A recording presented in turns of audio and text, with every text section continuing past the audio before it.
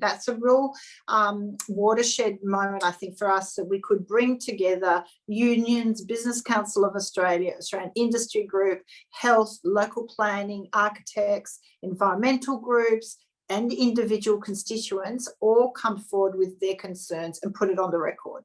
Now, the only evidence against the debate and passing the bills was essentially from National Farmers Federation, which, despite the fact that they have committed to a net zero target, they are not willing to, I would say, rock the political boat by coming forward against the national members around wanting this to be legislated.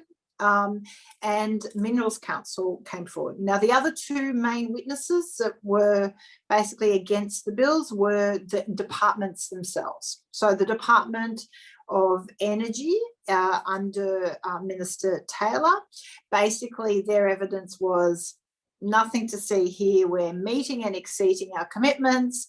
We've got the best reporting standards in the world. What are your, nothing to see here, which is really, I would say, insulting to all the submitters, but also the broad, if you calculate the amount of people represented, not just who made submissions, but the organisations that made submissions and who they represent, that is a very broad spectrum of the Australian population, the business community, saying we need better policy, we need better law.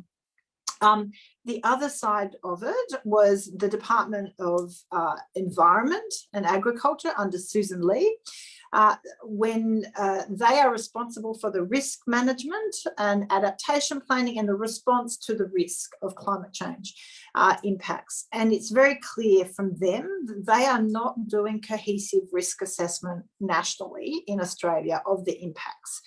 The last risk assessment, I believe, was actually 2015.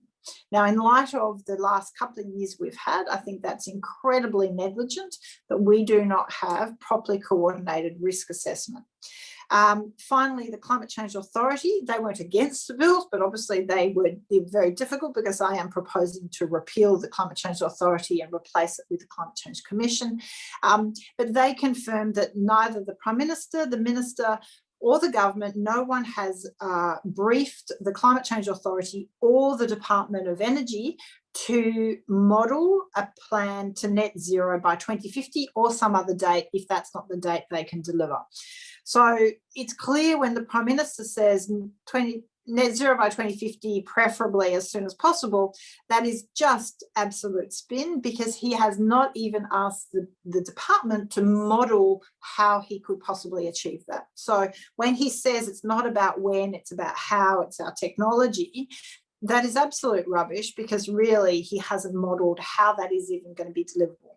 Now, we've seen with the vaccine rollout, not good at delivering a plan, not good at having clear metrics that you have to measure things by and clear deliverables. So I would argue our experience through COVID should be a blueprint to say this approach by the coalition of not having a plan, not having clear metrics or clear legislated targets means we are flying blind in terms of this challenge.